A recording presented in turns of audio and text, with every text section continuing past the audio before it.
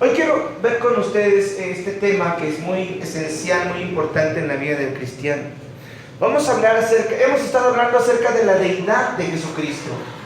¿Cuántos aquí ya tienen la convicción en su corazón de que Jesucristo es Dios? Es grandemente atacado esta enseñanza, es grandemente debatida entre otros círculos religiosos, pero quiero decirles algo: solamente la revelación sincera de la palabra en el corazón de una persona puede mencionar que Jesucristo es Dios. Porque incluso ustedes acordarán lo que dice el Señor, que no todo el que diga Señor, Señor será salvo. Entonces, aunque hay personas que dicen Señor, pero no se lo dicen a Jesús. Y cuando hablamos de que Jesús es Señor, Señor significa dueño de todo. Estamos aquí. ¿Cuántos creen que Jesucristo es el Señor? Amén. Jesucristo es el dueño de absolutamente todo. Pero quiero que veamos, es muy fácil ver, incluso quiero decirles algo, aún en círculos cristianos, evangélicos, es más fácil para la gente hablar acerca de la divinidad de Jesús que hablar acerca de su humanidad. Y hoy quiero hablar con ustedes ese punto tan esencial y tan importante acerca de su humanidad. ¿Ok? Aquí vemos una profecía de parte de Dios por medio de Isaías, que dice que porque un niño nos es nacido. Primero, un niño nos es nacido. Y ahí es donde tenemos que enfocar un poquito acerca de cómo nació Jesús. Lo hemos estado mencionando en muchas ocasiones, que Jesucristo, cuando nace como un niño, se puede decir hasta ordinariamente, como cualquier niño. Nació por medio de un parto, aunque no fue concebido por el hombre y la mujer, sino fue concebido por medio de ¿quién? Del Espíritu Santo. Cuando ese niño viene a esta tierra, efectivamente la semilla, y voy a llamarlo con la semilla que Dios puso en María, esa semilla no estaba ni contaminada, no era humana, era una semilla divina, era una semilla que Dios puso, que Dios creó, que Dios formó dentro del vientre de María. Y lógicamente, al poner en su semilla, la semilla de Dios, también estaba actuando la semilla de Eva, o sea, su óvulo, el óvulo de Eva. Entonces, Eva tenía un óvulo y Dios, por medio de su palabra, concibe y envía.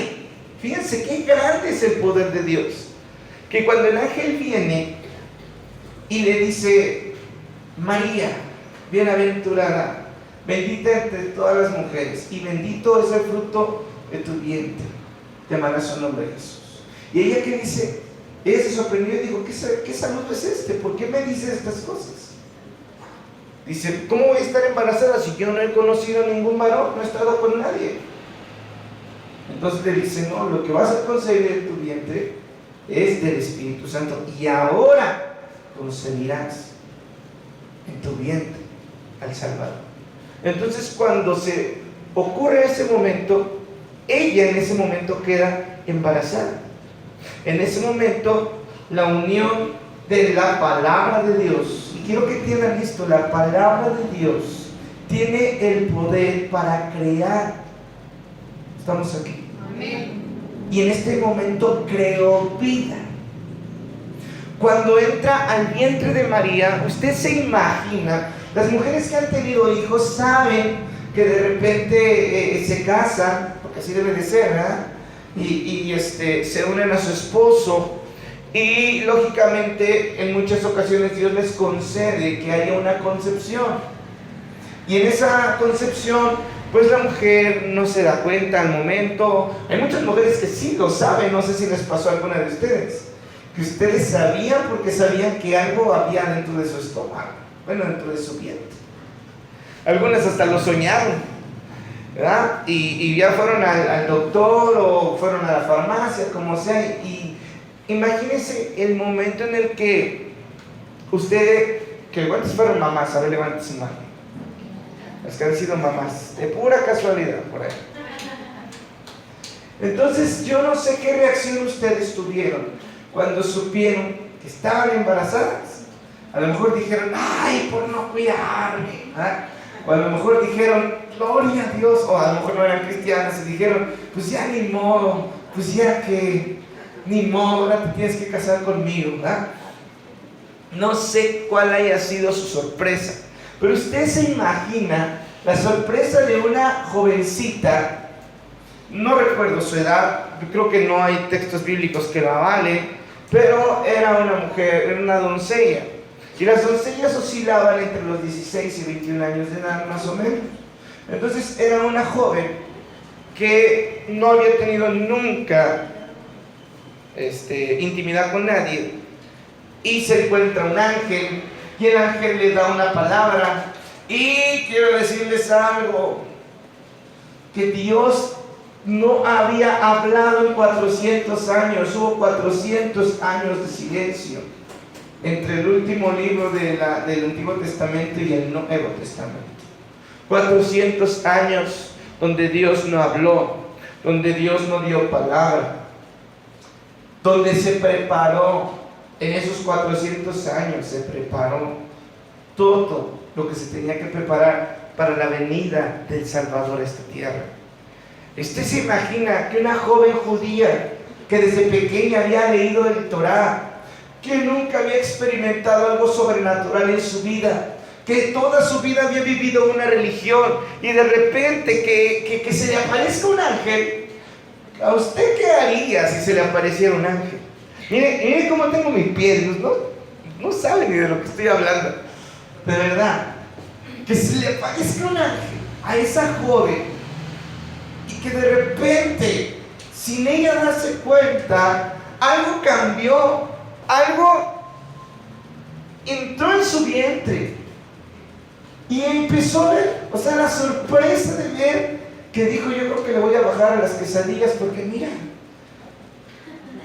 usted sabe que en aquel entonces yo no he visto, voy a investigarlo si había forma de ver cómo estaban embarazadas o nada más cuando ella empezaba a inflarse el globo, no sé, pero ella a lo mejor el otro día empezó con náuseas, ¿verdad? Yo me acuerdo que mi esposa, por eso nos dimos cuenta, porque todas las mañanas hablaba con el monstruo, se paraba y todas las mañanas. Entonces dije, ya no tengo, ¿verdad? Entonces, de alguna manera, yo no sé qué pasó, empezó a tener síntomas de embarazada. Imagínense un poco a José, ¿verdad? Todos hablamos de María, pero ¿qué pasó con José? Desposada con José. Y usted se imagina que en ese momento José, pues que yo creo que estaba haciendo la ronchita para comprarse su camita, ¿verdad? Rentar un cuartito, pagar la luz, el teléfono, ahí lo que pudiera. Y de repente, como decimos los mexicanos coloquialmente, le dan de chivo los tamales. Sale embarazada. Y José, la Biblia dice que era un hombre justo y no quería infamarla, porque quiero decirles una cosa, que bajo la falta, escúcheme bien, bajo la falta de la manifestación de Dios en esos 400 años, los hombres se aferraron a la letra, se aferraron a la ley, y entonces cambiaron a Dios por la ley. Entonces, si en la ley decía que a una mujer adúltera se tenía que apedrearla, ¿usted qué cree que hacían? La apedreaban. Entonces, ¿ustedes se imaginan el problema que está en este momento María? Porque él no quería infamarla, porque el momento que él la infamara, en el momento infamar es que le quitaran la fama de virgen que tenía. Estamos aquí. Cuando él expusiera, ¿saben qué? pues me iba a casar con ella, pero por ahí me ganaron, así que no voy a entrar. En ese momento ella queda expuesta a la ley o a los hombres, a la religión que tenían, y por ende tenía que apedrear, tenía que morir, ella y el bebé. Entonces vemos aquí otra nueva intervención, la intervención de otro ángel. Luego llega el ángel y le dice: José, shh, lo que está en el vientre de María, del Espíritu Santo es. Entonces tú, tranquilo, tú lo vas a criar, le vas a comprar sus zapatitos, tú vas a estar con él, que tiene que ser de tu familia. Entonces él atiende a ese ángel que vio en sueños, y es ahí donde comienza la gestación de un ser divino dentro del cuerpo de una mujer natural. Y vemos ahí ya desde este momento ya estamos viendo el paralelismo de la divinidad con la humanidad, porque Dios quería establecer en la vida, en este planeta, un género de seres humanos con un gen espiritual, pero también con un gen natural, porque no existía ese gen. Por eso nuevamente en Juan 3:16 dice que Dios amó al mundo de tal manera. Y vea cómo ahora va a empezar a ver ese pasaje desde otro punto. Dios nos amó, que envió a su Hijo unigénito. Ahí dice que ¿qué? Porque un niño nos es nacido, hijo nos es dado. Entonces vemos que de tal manera amó Dios al mundo que dio a su Hijo unigénito, para que todo aquel que en él crea no se pierda. ¿Por qué se tenía que creer en Jesús? Porque se estaba creando una nueva naturaleza en este planeta.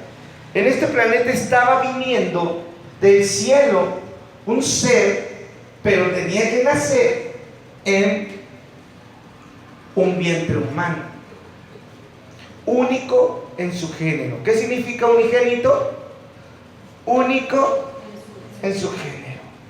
No había otro ser en este planeta con esas características, tanto humanas como divinas. Entonces quiero que veamos algo, porque niño, ¿qué dice? Eso quiere decir que Jesús nació como niño. Incluso hasta por ahí le sacaron una canción que la Virgen lava pañales, ¿ah? Pues sí, que quiere decir que si la Virgen lavaba pañales es porque este niño tenía necesidades fisiológicas humanas, comunes. Es ahí donde el agnosticismo, es ahí donde todos aquellos que están en contra de la vida de Jesús como Dios, como Señor, es ahí donde no pueden concebir ellos que a este planeta viniera un ser tan perfecto, un ser sublime, pero a la vez humano. No podían concebirlo. Entonces, primero vemos algo, que un niño nació. ¿Quién fue ese niño? El Hijo de Dios. Hasta aquí quiero que me acompañen a Romanos 1, 3 y 4.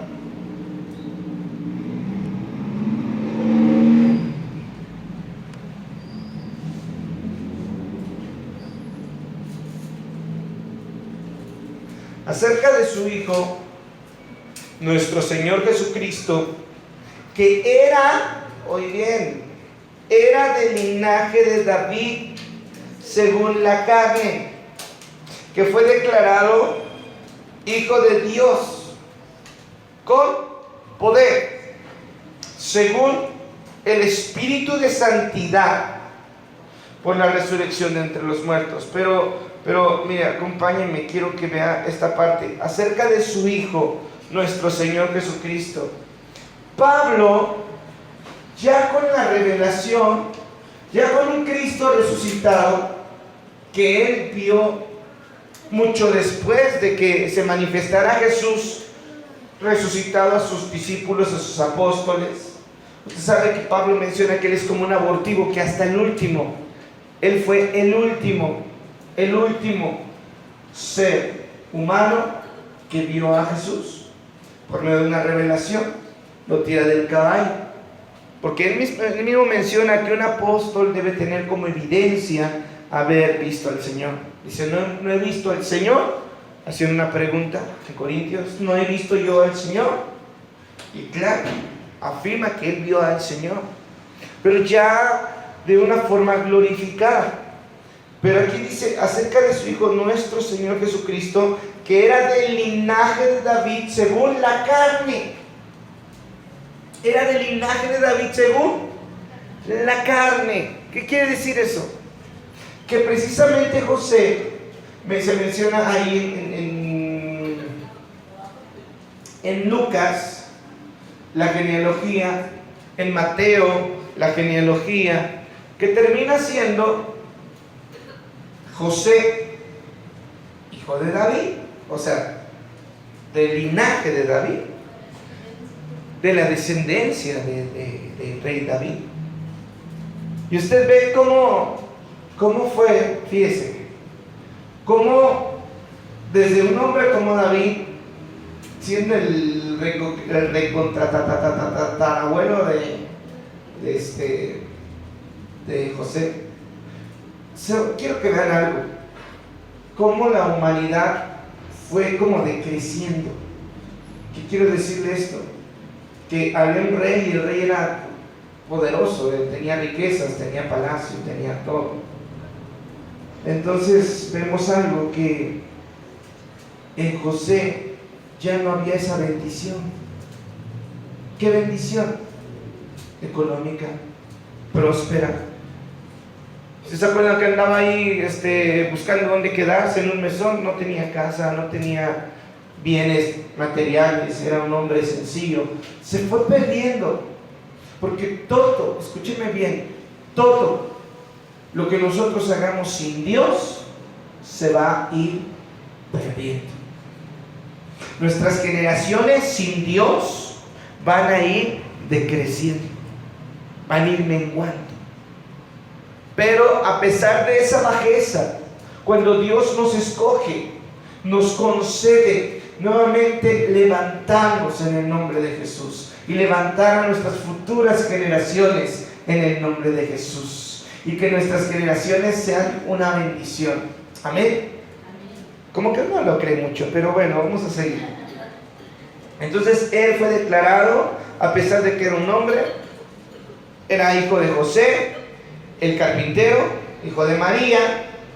A pesar de eso, él dice aquí que era del linaje de David según la carne, que fue declarado Hijo de Dios con poder según el Espíritu de santidad entre los muertos.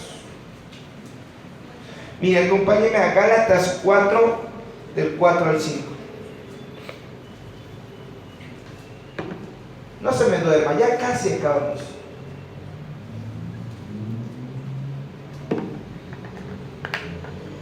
Yo les he dicho que la enseñanza y la predicación son dos cosas diferentes. Por lo regular estamos acostumbrados a la predicación, porque la predicación nos mantiene. Pero la enseñanza, como es más sistemática, va uno poco a poco. Pero en cuanto vino el cumplimiento del tiempo, Dios, ¿qué hizo?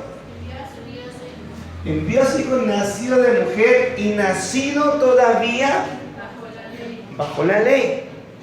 Por eso usted va a encontrar en la ley que Jesús fue circuncidado al 8º día, que Jesús creció siendo judío, Fíjense, Jesús no era cristiano.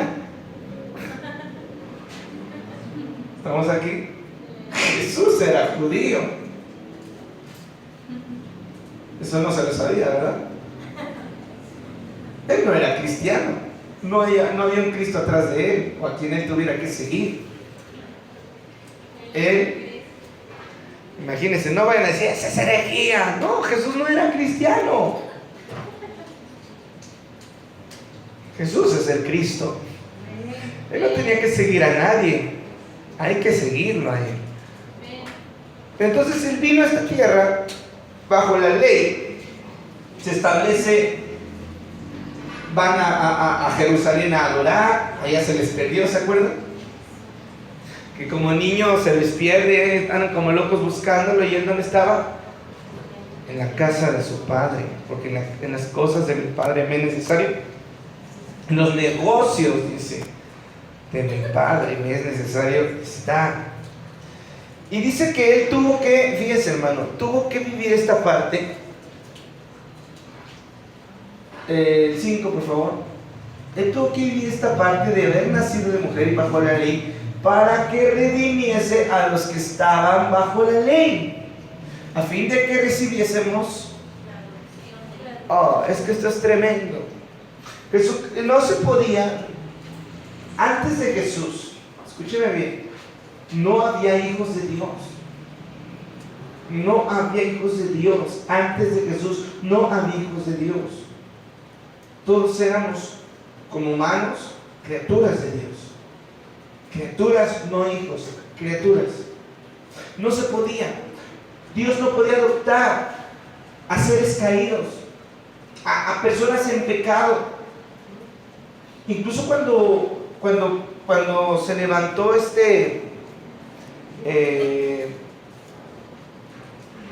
la ley, cuando se levanta Moisés y le entrega la ley, a pesar de que se mataban a los machos cabríos, a los corderos, cuando los mataban, a pesar de que esa sangre se rociaba para el perdón de los pecados, solamente se alcanzaba a remitir un pecado, pero no se podía adoptar a nadie. Eso tiene que quedar bien claro, que aún en los evangelios todavía no había hijos de Dios. Mateo, Marcos, Lucas y Juan, ni siquiera los discípulos en ese momento eran hijos, porque no había venido, todavía el Señor no había cumplido la ley. Todavía, y hablando de leyes ceremoniales, por eso tenía que matar machos cabríos, tenía que agarrar palominos, tenía que hacer rituales, tenía que vivir su religión, porque todavía no se había dado la orden del cumplimiento de Jesús, de la ley, para que, como dice aquí, para que redimiese, que así que redimir, para que recomprase a ¿quiénes? A los que estaban bajo la ley. Ni Pedro, ni Jacobo, ni Juan, ni Mateo, ni ninguno de ellos, ni Leví, ni nadie de ellos había sido que redimido, porque estaban bajo la ley.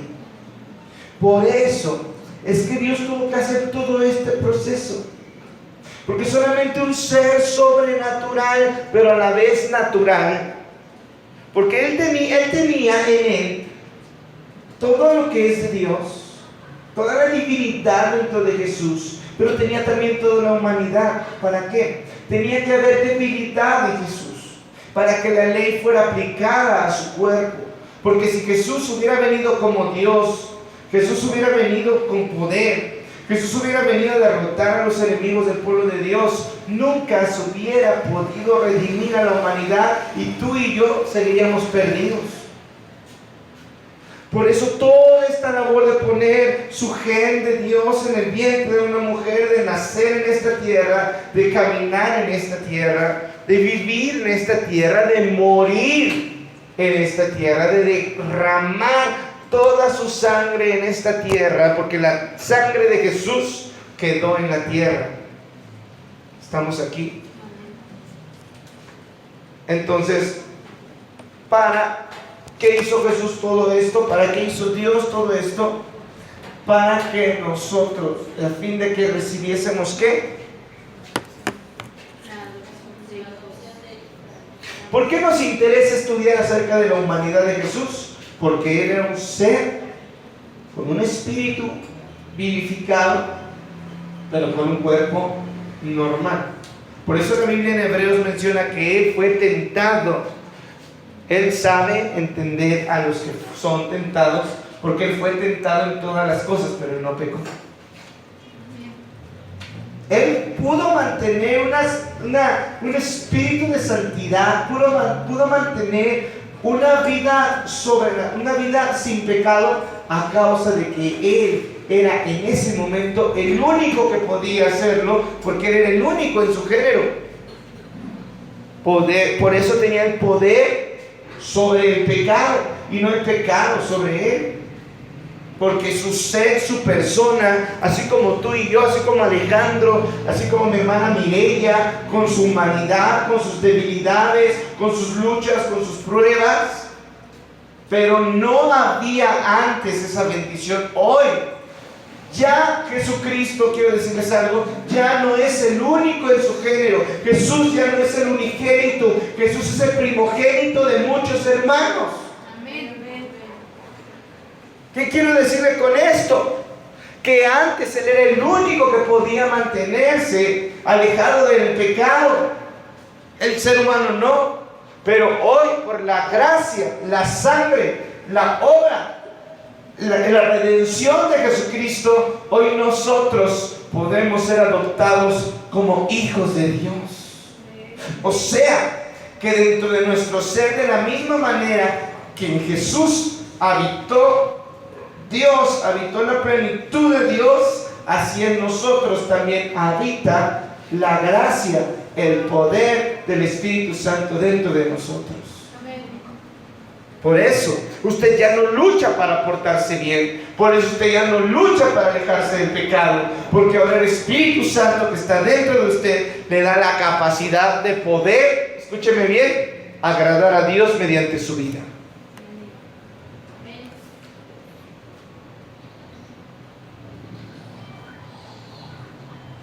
Mire, Mateo 8, vamos a leer del 23 al 27.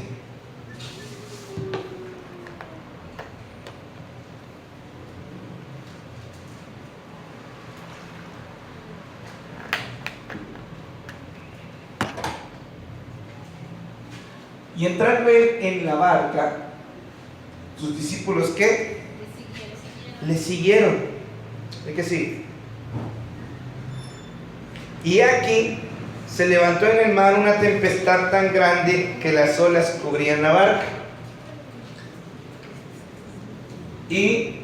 Pero Él, ¿qué hacía? Noten aquí. Jesús, ¿qué hacía? ¿Qué hacen los seres humanos por las noches? Aparte de ver Facebook hasta las 4 o 5 de la mañana. ¿Qué hacía Jesús? Dormía. ¿Por qué dormía Jesús? Estaba cansado, porque quería reponer, tenía que dormir, tenía que ir al baño, tenía que comer, Él comía. Vamos aquí. ¿Eso no habla de un ser humano? ¿Qué más? Y vinieron sus discípulos y le despertaron diciendo: Señor, Señor, sálvanos, que perecemos. Le estaban pidiendo ayuda a un carpintero, unos pescadores en el mar. ¿Usted cree que el pescador no sabía nadar?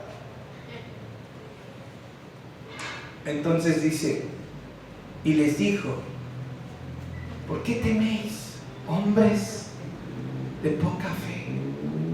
Entonces, levantándose, fíjese, ahí en este pasaje es una de las evidencias acerca de ese género divino que menciona Juan 3:16, el unigénito, porque menciona su humanidad como tal, pero también menciona Porque no siempre lo hizo. Si usted lee los evangelios, no siempre lo hizo. No siempre se manifestó. Y quiero decirles algo, que no está con cualquier gente, está con sus discípulos.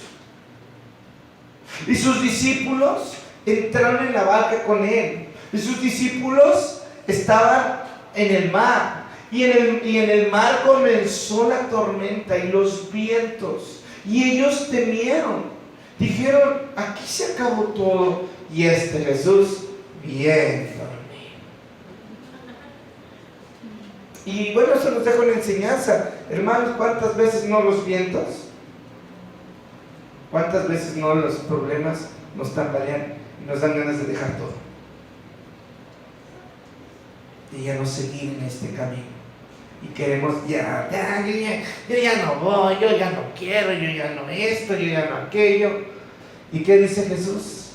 Hasta pensamos, Dios ni me hace caso, Dios ni me contesta, Dios ni me concede nada. Para mí que Dios está dormido.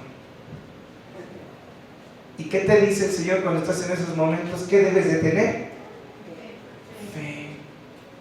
Porque ellos tenían fe, pero tenían poca. Estaban débiles en su fe. Entonces, como no queriendo la cosa, levantándose, reprendió a los vientos y al mar, y se hizo. Ellos subieron a la barca con un ser humano común y corriente que tenía sueño y se durmió.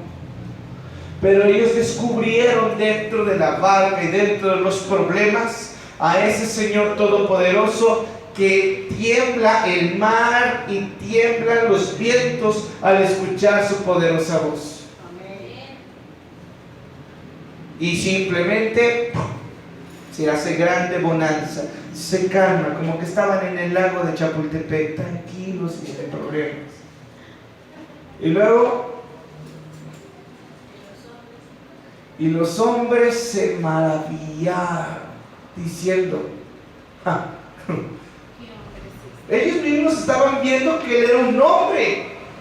¿Qué hombre es este? O sea, ya no sé cuántos meses o tiempo ya tenía con el Señor, escuchándolo, viéndolo. Y hasta este momento, hasta que suceda algo súper sobrenatural en su vida, que aún los vientos y el mar le obedecen, la pregunta es, ¿qué hombre es este? ¿Qué hombre es este? Y vamos a ver 28. Creo que ya no es. Cuando llegó, hasta ahí, hasta el 27. ¿Qué hombre es este? Hoy lo sabemos, que ese hombre es Dios. Ellos todavía no lo habían entendido. Pero ese hombre, ¿quién es? Dios. Por eso,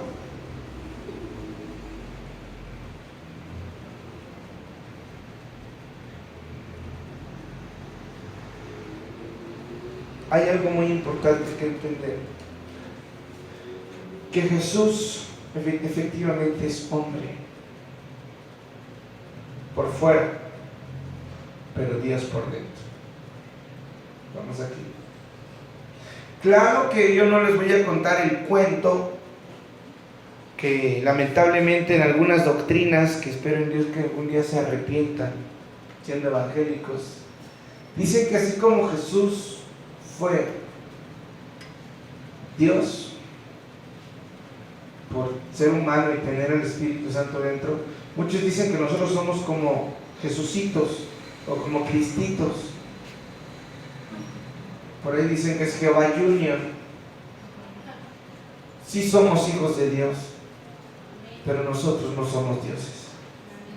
Solo tenemos la gracia del Espíritu Santo dentro de nosotros. Por eso somos débiles. Por eso dice, cuando Pablo tenía estos problemas, le dice: bástate mi gracia, porque mi poder se perfecciona en tus debilidades. Suéltate.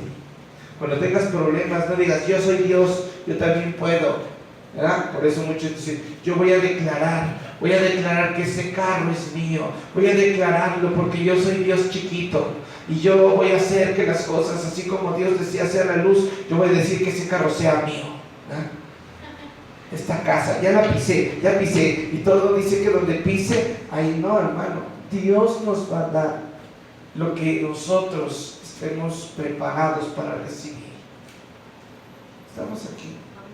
Dios nunca nos vende una idea de vamos a creer porque toda ciudad esa va a ser para Cristo, pero casi decimos para nosotros. No.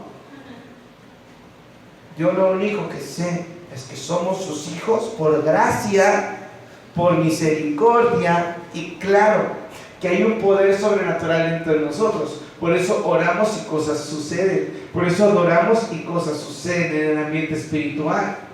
Por eso podemos hablar con nuestro Padre, porque somos sus hijos y Él nos oye, y por eso nos conmueve su presencia, y por eso estamos bendecidos. Y claro que Dios sí está extendiendo su mano para bendecirnos. Nada de lo que hemos alcanzado lo hubiéramos alcanzado si Dios no estuviera con nosotros. ¿Estamos aquí? Entonces, hermano, hermana, levántese en el nombre de Jesús y crea que Dios tiene todo el poder para hacer que su vida deje de ser una vida común y corriente, y a veces más corriente que común, que deje de ser una vida así, porque usted tiene un llamado a vivir una vida de Dios. No que usted sea Dios, sino una vida que Dios quiere para usted. Vamos a orar. Póngase un poquito de pie. Es una enseñanza realmente básica, pero hermanos, si usted la entiende y la aplica a su vida, créame que su vida tiene que cambiar. Los demonios tienen que huir. La presencia del Padre nos tiene que inundar. Padre amoroso y precioso, en esta noche, hoy entendimos, Señor, que para que nosotros llegásemos a ser hijos, tuvo que venir tu Hijo a esta tierra, y tuvo que derramar su sangre, y tuvo que morir por nosotros, y tuvo que tomar el lugar que nos correspondía. El dolor y la tristeza que Él vivió fue a causa de nosotros. Y hoy nosotros, Señor, con el hecho de tener fe, con el hecho de creer, somos bendecidos, Señor. Tenemos la gracia de tu Espíritu Santo. Tenemos el poder de tu Espíritu Santo habitando en nosotros.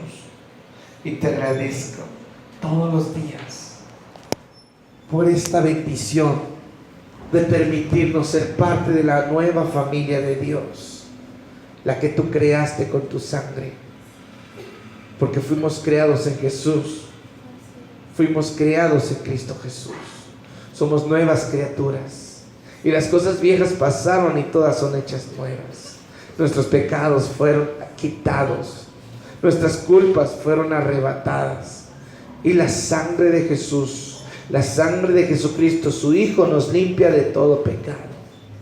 Y si alguno pecare entre nosotros, abogado tenemos para con el Padre, Jesucristo el justo, el cual es fiel y justo para perdonarnos si confesamos nuestros pecados y nos apartamos de toda maldad.